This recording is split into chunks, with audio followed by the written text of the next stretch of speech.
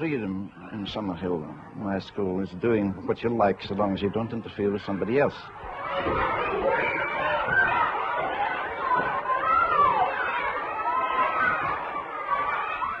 My father was a village schoolmaster in Scotland, and I spent 12 years teaching in state schools, so I know something about them. So I thought I'd start a school of my own, and this happened in 1921.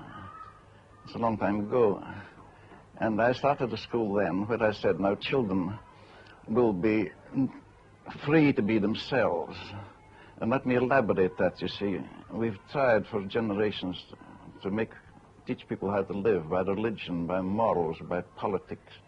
And it's been well, you only look around on the sick world today and you see it hasn't been much of a success. And one thing has never been tried, and that's freedom. So I thought I must have a school where children are free, where their characters aren't molded, where they're free to live their own lives, without license. Put it concretely, if a boy doesn't want to study mathematics, it's nobody's business. If he wants to play a drum when other people are sleeping or studying, that's everybody's business, that's not allowed. So the first thing about the school was we had freedom without license. The second thing was that no child in humanity ever has enough play. It's shoved into a school when it's 5 or 7 or whatever it is, sitting at desks and having a small playground. No child has enough play in life. Now childhood is playhood. So I thought I'll have a school where children will be free to play as long as they like. They can play for 12 years if they want to, knowing quite well that the child gradually would come to associate play with work.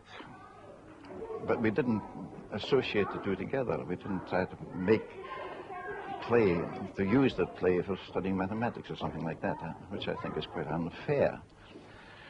So that's the second point about my school, that the child can play as long as he likes. And to be free, you must be free in all ways, so that we have no compulsory lessons. You don't need to go to lessons in Summerhill. You can stay away for years. No teacher ever says you should go to lessons. Well, I don't want to boast at all, but I think our results in these years have been pretty good. We've had quite a few university lecturers, we've got doctors, lawyers, no teachers. I think we've only had very few people who wanted to be teachers. I think quite wise, I think. I think teaching is in your roses, but still I'm a teacher. However, they were completely free to do what they liked, to play as long as they wanted. And the result was, when they came to work, they could do in 2 years, you could pass exams in 2 years, where they might have been 5 or 6 years at an ordinary school, cramming stuff they didn't believe in, they didn't like. So that's the 3 points in Summerhill: freedom to be yourself, not molded, freedom to play, and freedom in general.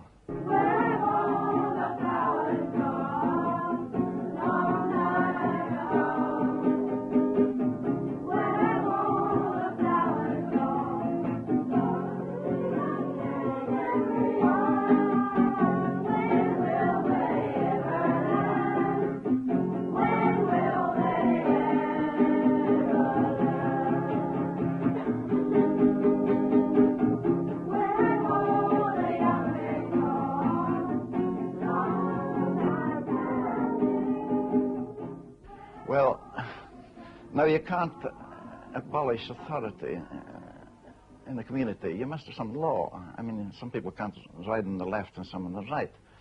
So having abolished adult authority, we have a community ruling. We meet on a Saturday night, the youngest and the oldest, everybody, and we make laws. And that's called self-government, and they make quite sensible laws. I'd not propose. I'd like to ask people to stop throwing milk bottles all around the place after they finish. Take them back to the shop where they bought their milk bottles. Especially Peter Dogan. Can't we just ask Peter to return the milk bottles to the place where he buys them from? Because they need them, I think. And I second that. And for all the other people as well, like Freya and Tubby and Johnny, who buy milk from that lady. I don't. You do. Well, I'm not going to speak about our lessons and things because we've no new ways of teaching subjects.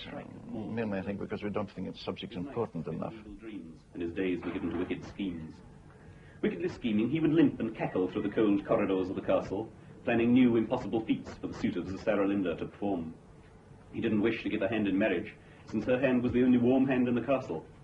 We don't attach very much importance to academic education. We attach importance to living, being balanced, being free, being charitable, being tolerant. One or two parents grumbled to me that Summerhill makes the children too tolerant. I'm very glad. The biggest compliment I ever had in my life, I think, was a little boy of 7 who came, and he went home for a holiday, and his granny asked him all about the school, and he told him what they played at and so on. And then she said, "Is there anything else to tell you?" He thought for a bit. He says, "Yes, there's a chap called Neill there." I thought that was a very nice compliment. I needn't to describe what to do in pottery and art and things like that. You can get that in any school. But what you do get with free children is a tremendous sincerity and the tolerance of other people. You get a lot of charity like that. I can't imagine any old Summerhill pupil being anti-Semitic or being anti-colour or anything like that. Well, that would apply to lots of schools, I know that. And it is a delight to see the effect of freedom on children. I've seen people again and again coming here hard-boiled, hating everybody, and in a few years they were nice, quiet, social people. You see, there's no hope in hate. You can't cure anything by punishment or hate. That's why our criminal code is so barbarous and stupid and unchristian, if you like to call it that way. You can't do it. You can only cure by love. And if a child isn't loved in its cradle, so to speak, it's handicapped its whole life. The worst problems I've ever had were children who weren't loved as babies. And I see no other way of curing humanity by anything but love.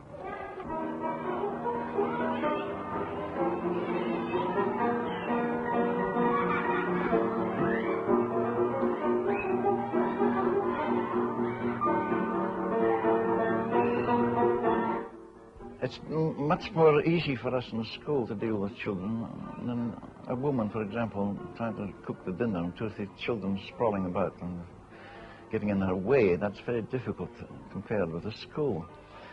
But generally speaking, too many parents spank their children. Now, I think it's absolutely easy to bring up a child without spanking it at all. After all, if you spank a child, it's being so unfair. You should hit somebody your own size.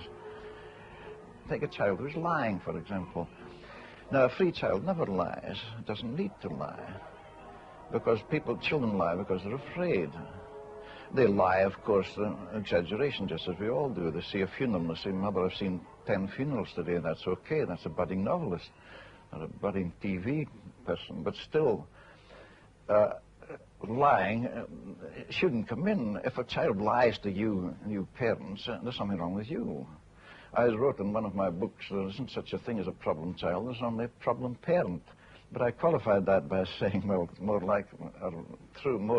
truly, that there's only a problem humanity. And another thing I object to with grown-ups and parents is obedience. I don't think there should be obedience. If you have obedience, you should have a mutual obedience. I never ask a child to obey me, and the child doesn't ask me to obey him. Why should they? We exploit children, really. We shouldn't do it.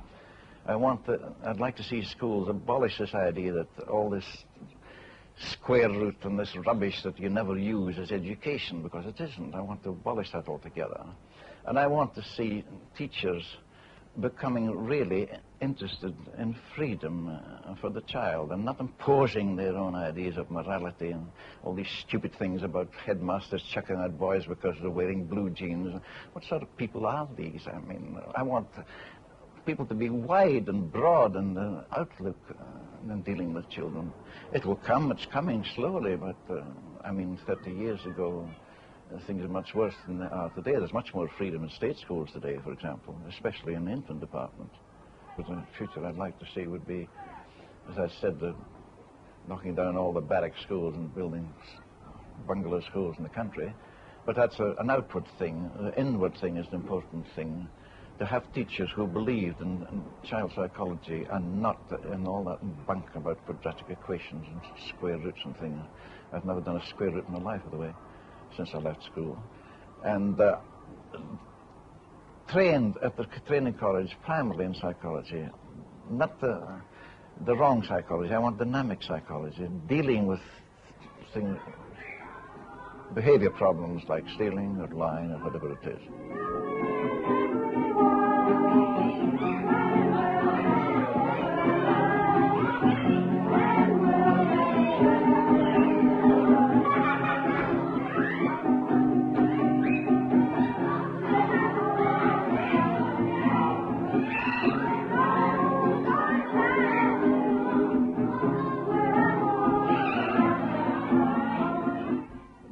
The sex question is one more for the home than the school.